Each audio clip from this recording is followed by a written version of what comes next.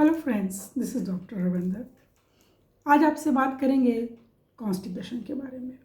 बहुत मेजर और बहुत कॉमन इशू है और ऐसा माना जाता है कि कब्ज़ी जो होती है, जो कॉन्स्टिपेशन है, वो बहुत सारे बीमारियों की जड़ होती है। और ये ठीक भी है, क्योंकि कॉन्स्टिपेशन का मतलब है कि बॉडी से टॉक्सिन्स, हमारा वेस्ट ठीक से निकल नहीं पा रहा।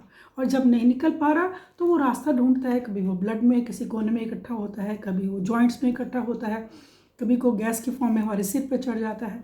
सो constipation is a big thing which has to be handled very carefully. So in this video of mine, I'm going to tell you a few natural patterns in which we can handle constipation very well. Well, constipation chronic भी हो सकती है, acute भी हो सकती है और कभी कभी सीजनल भी हो सकती है.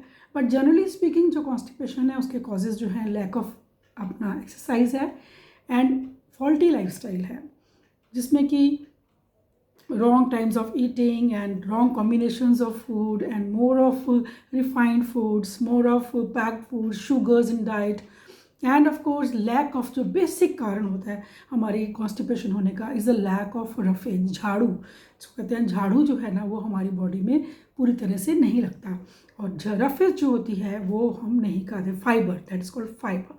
सो how do we include more fibre in our diet and how we are able to handle this constipation very well is what I am going to talk to you today. Of course, in addition to that, sometimes the constipation could be hereditary also. Stress and strain is one very important factor which is cause of the constipation. So what we have to include it, if the constipation is chronic, अगर पुरानी constipation हो रही है और उसको handle नहीं कर पा रहे, तो उसमें एक सुपरविजन में, of course it should be done under this supervision, short and long fasting कराई जाती है, विच में हम कोर्स हम supervision under a naturopath doctor.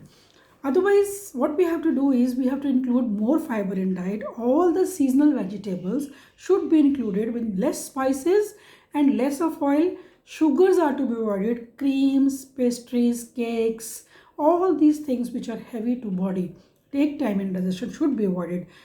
Taking sprouts and especially the alpha tonic. अगर alpha seeds को हम बॉयल करके उसका टॉनिक बना लेते हैं घर में और उसको दिन में 2-3 बार लेते हैं तो बहुत अच्छा रहता है. स्प्राउट्स का यूजेज हमारी कॉन्स्टिपेशन हेल्प करने में बहुत अच्छा है. All seasonal vegetables plus fruits. Fruits में पर्टिकुलरली बनाना को छोड़ के सारे फ्रूट्स हमारे कॉन्स्टिपेशन के लिए अच्छे हैं, लेकिन जो फ्रूट्स पल्पी होते हैं, फुली राइपन्ड होते हैं, कच्चे नहीं, फुली राइपन्ड जो हम फ्रूट्स लेते हैं वो लैक्सेटिव इफेक्ट देते हैं. आजकल अवेलेबल है बेल फ्रूट. बेल फ्रूट अगर 60 ग्राम्स पर एडल्ट लिया जाता है तो कई तरह से वो हमारे को हेल्प करता है. और कॉन्स्टिपेशन को अगर हम पूरी तरह से निकालना चाहते हैं तो लगातार इसका हमें इस्तेमाल करना पड़ता है. अमलतास जो लंबी लंबी टहनियाँ की तरह लटक रहा होता है, इजीली अवेलेबल होता है सड़कों पे, उसका भी काढ़ा बनाकर रात को अगर पीते हैं. त्रिफला का इस्तेमाल, त्रिफले को रात को भिगो दीजिए और सुबह खाली पेट इसको इस्तेमाल कीजिए, इसको पीजिए, या सुबह भिगो के रात को पीजिए तो बहुत अच्छा है. सारी जो ग्रेप्स की वैरायटीज़ हैं वो हमारे कॉन्स्टिपेशन के लिए अच्छी हैं. मैंगो अच्छा है, पपाया अच्छा है, पीचेस अच्छे हैं, पियर्स अच्छी हैं. बट मेन चीज़ है कि जो भी हम खाएं वो फुली राइपन होना चाहिए. कच्चा फूड खाने से हमारे कॉन्स्टिपेशन प्रॉब्लम सॉल्व नहीं होता. और हम अगर किशमिश को या फिग्स को, अंजीर जिसे कहते हैं, डेट्स, इनमें से किसी भी चीज़ का रेगुलर इस्तेमाल करें भिगो के कांच के बर्तन में, इनको अगर हम पिए भी और खा भी लें उसका जो उसके अंदर का मटेरियल है, तो उससे भी हम कॉन्स्टिपेशन से बहुत आसानी से अपना फ़ायदा उठा सकते हैं, मतलब रिलीफ पा सकते हैं. और जो कुछ अल्टरनेटिव थेरेपीज़ है उसमें से regular enema, mud pack application, hot and cold tub bath, that is of course, ये सारे जो तरीके होते हैं ये ऑफ कोर्स सुपरविजन ऑफ एक मास्टर, एक डॉक्टर से होते हैं. Mud pack application in the abdominal area tends to relieve you constipation.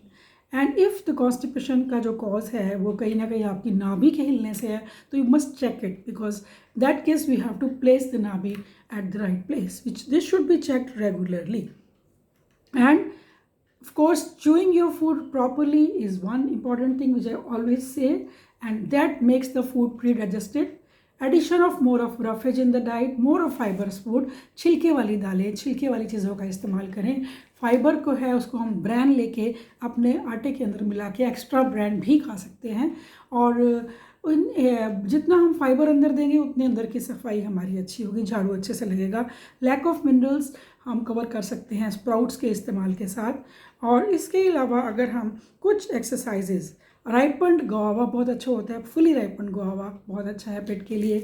और कुछ एक्सरसाइजेज हम अपने साथ इंक्लूड करें, specially those exercises which strengthen the abdominal muscles, जिसमें कि योगिक आसन में आता है पश्चिमोत्तानासन, हल आसन, धनुरासन, शलभासन, भुजंगासन, पादोत्तानासन, और ये सब चीज़ें करें। और अनुलोम विलोम जो हमारी प्रक्रिया है प्राणायाम की, और भस्त्रिका प्राणायाम, ये सब भी हमारे बॉडी सिस्टम को बैलेंस करते हैं।